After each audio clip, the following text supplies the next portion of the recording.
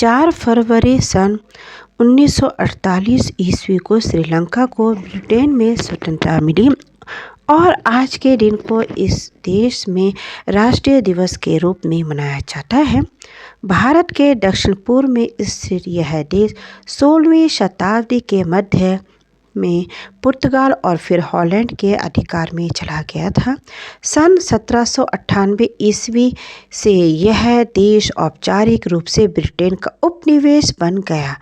प्रथम विश्व युद्ध के आरंभिक वर्षों में इस देश में स्वतंत्रता आंदोलन आरंभ हुआ। सन 1931 में ब्रिटेन को श्रीलंका में संसद तथा प्रशासनिक परिषद के गठन पर विवश होना पड़ा, किंतु उस समय तक इस देश को विदेश नीतियों में स्वावलंबन नहीं मिला था।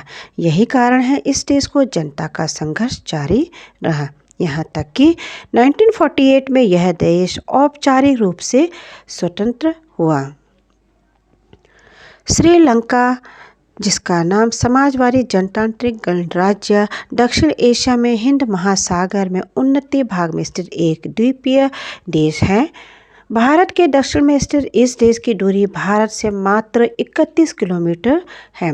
1972 तक इसका नाम सीलोन था, जिसे 1972 में बदलकर लंका तथा 1978 में इसे सम्मान सूचक शब्द श्री जोड़कर श्रीलंका कर दिया गया।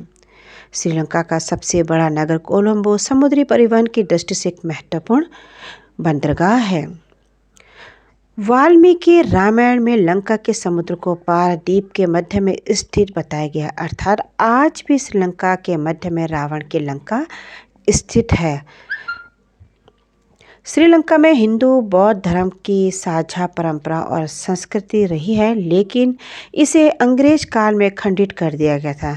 लेकिन 2000 से अधिक वर्षों की सभ्यता में श्रीलंका में हिंदू और बौद्धों में कभी विवाद नहीं हुआ। श्रीलंकाई में हिंदू धर्म को शैव मत का प्रचलन रहा है। श्रीलंका को शैव के 5 निवास स्थानों का घर माना जाता है। ऐसा माना जाता है कि रैगला के जंगलों के बीच एक विशालकाय पहाड़ी पर रावण की गुफा है, जहां उसने घोर तपस्या की थी। उसी गुफा में आज भी रावण का शव सुरक्षित रखा हुआ है। रैगला के इलाके में रावण की यह गुफा 8000 फुट की ऊंचाई पर स्थित है, जहां 17 फुट लंबे ताबूत में रखा गया है रावण का शव। इस ताबूत के चारों तरफ लगा है एक खास लेप, जिसके कारण यह ताबूत हजारों सालों से जस का तस रखा गया है। श्रीलंका का इंटरनेशनल रामायण रिसर्च सेंटर और यहाँ के पर्यटक मंत्रालय ने मिलकर रामायण से जुड़े ऐसे 50 स्थल ढूंढ लिए हैं जिनका पुरातात्विक एवं ऐतिहासिक महत्व है, जिनका रामायण में भी उल्लेख मिलता है। श्रीलंका में यह स्थान ढूंढ लिया गया है जहां रावण की सोने की लंका थी, अशोक वाटिका, राम रावण युद्ध भूमि, रावण की गुफा, रावण के हवाई अड्डे, रावण का शव, रावण का महल और ऐसे 50 रामायण कालीन स्थलों की खोज करने का दावा किया गया है। हिंदू पौराणिक इतिहास के अनुसार श्रीलंका को शिव ने बसाया था। शिव की आज्ञा से विश्वकर्मा ने यहाँ सोने का एक महल पार्वती जी के लिए बनाया था। ऋषि विश्वा ने शिव के भोलेपन का लाभ उठाकर उनसे लंकापुरी दान में मांग ली। तब पार्वती ने श्राप दिया कि महादेव का ही अंश एक दिन उस महल को जलाकर कोयल कर देगा और उसके साथ ही तुम्हारे कुल का विनाश आरंभ हो जाएगा।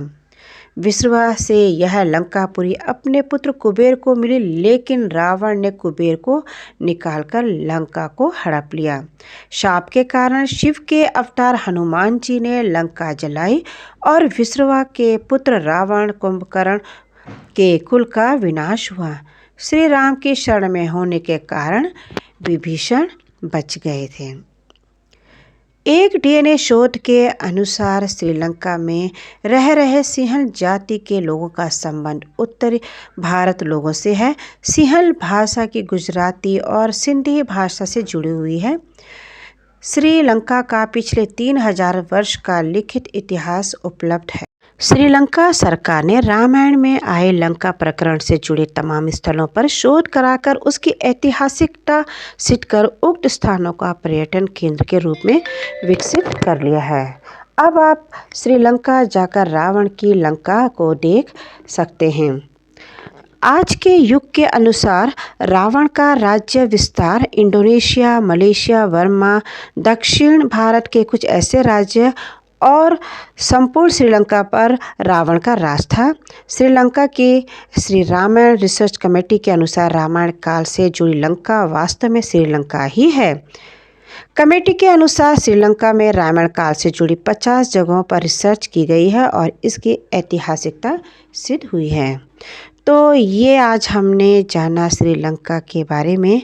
और 4 फरवरी को वो हर साल अपना स्वतंत्रता दिवस मनाते हैं।